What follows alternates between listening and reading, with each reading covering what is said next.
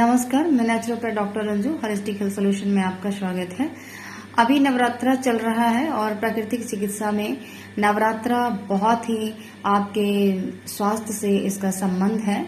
और नवरात्रा में 9 देवियों को जब आप सप्तशती पाठ करते हैं या दुर्गा चालीसा पढ़ते हैं तो उसमें आपको क्या मिलता है।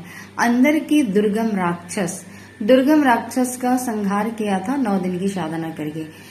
तो ये 9 दिन की साधना में दुर्गम राक्षस का संहार कैसे किया, ये समझने की बात है। इसके पीछे क्या, इसके पीछे पूरा का पूरा योग का रूटीन है, मेडिटेशन है और आपकी बुद्धि का प्रखरता और तीव्रता है। कॉन्शस, आप कितने कॉन्शस हैं, ये सब योग में आता है।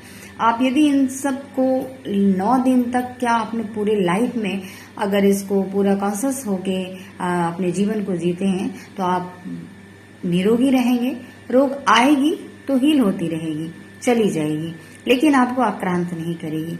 तो कहते हैं दुर्गा पूजा में कि दुर्गम राक्षस का वध की थी दुर्गा माता ने और सबको आजाद कराई थी। तो आज का स्थिति ऐसा आ गया है, प्रत्येक व्यक्ति के अंदर दुर्गम राक्षस पैदा हो गया है। आप उसे रोज रोज पैदा करते हैं और अपने ही शरीर पर वार कराते हैं। वो कैसे? अब दुर्गा पूजा है तो आपको 56 भोग खाना है। अधिक खाना ही दुर्गम राक्षस का एक सिम्टम्स है। अधिक सोना ही दुर्गम राक्षस का एक सिम्टम्स है। तो ये आपको समझना है, क्या आप अधिक सो रहे हैं, क्या अधिक खा रहे हैं, क्या अधिक विचरण कर रहे हैं, क्या अधिक चक्षु दर्शन के लिए आप विचलित हो रहे हैं। ये सब हमारे आयुर्वेद में आधारनीय वेग के अंतर्गत कहा गया है और प्राकृतिक चिकित्सा में इसे कहा गया है कि प्रकृति के विरुद्ध व्यवहार आप कर रहे हैं। और आप फेस्टिवल की बात करते हैं, दुर्गा पूजा की बात करते हैं तो माता ने दुर्गम राक्षस का संहार किया था। तो इस तरीके से जब मेडिटेशन अपने रूटीन को फॉलो करते हैं तो आपके अंदर जो दुर्गम राक्षस क्या है, तामसिक और राजसिक एनर्जी है आपके अंदर। और किसी भी व्यक्ति के अंदर यही एनर्जी होती है जो उनका व्यवहार उस तरीके से तामसिक और राजसिक होने लगता है। इन तामसिक और राजसिक को खत्म करने के लिए इंडियन फेस्टिवल ही एक कारगर साबित है, अदरवाइज कोई वेज नहीं है। इसलिए गांधी जी ने हमारे प्राकृतिक चिकित्सा में राम नाम की चिकित्सा कही थी, क्योंकि जिस व्यक्ति को पूजा पाठ में मन नहीं लगता है, वो कर्म उस तरीके से नहीं करना चाहते हैं, तो आप राम नाम की उपांशु मानसिक जप करिए। मन को स्थिर होने से बॉडी रिलैक्स होता है, केमिकल कंपोजिशन बैलेंस प्रोडक्शन होता है, अल्टर रिएक्टिव नहीं होता है, बैलेंस डिस्प्ले होने लगता है बॉडी में और आप अच्छा महसूस करने लग जाते हैं। इससे स्वयं चिकित्सा हो जाती है।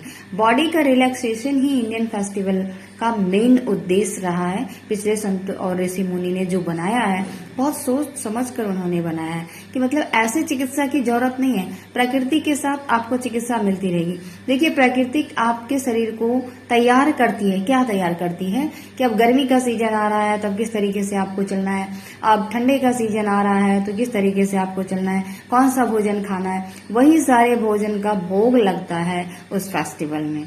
तो आप समझ जाएं कि ये फेस्टिवल हमें तैयार करने के लिए आया है और अपने आप को एक्टिव रखने के लिए आया है, न कि अधिक भोजन और अधिक सोना हमारे लिए ये त्योहार लेके नहीं आया है। अब दिवाली है तो बहुत मिठाइयाँ खा ली, अब दुर्गा पूजा है तो फास्टिंग की है तो बहुत सारी चीज एक साथ खा रहे हैं, या शाम को फलाहार कर रहे हैं तो उसमें बहुत सारी घी तेल मेवे की चीज खा रहे हैं। नहीं, धीरे धीरे इसको हमें बढ़ाना है, एक साथ नहीं। और जब आप 9 दिन की जैसे नमक नहीं खाते हैं या एक टाइम सिंधा नमक खाते हैं या फलाहार पे होते हैं या रसाहार पे होते हैं, ये सब प्राकृतिक चिकित्सा में होता है।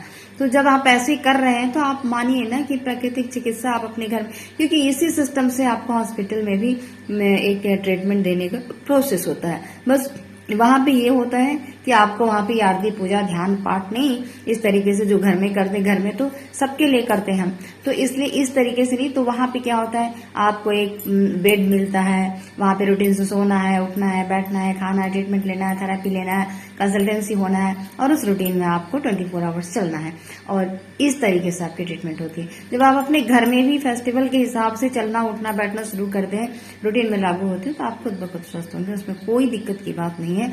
और जो भी कुछ रोग आता है वो खुद ब खुद ही रहता है। आज के लिए यहीं तक, धन्यवाद।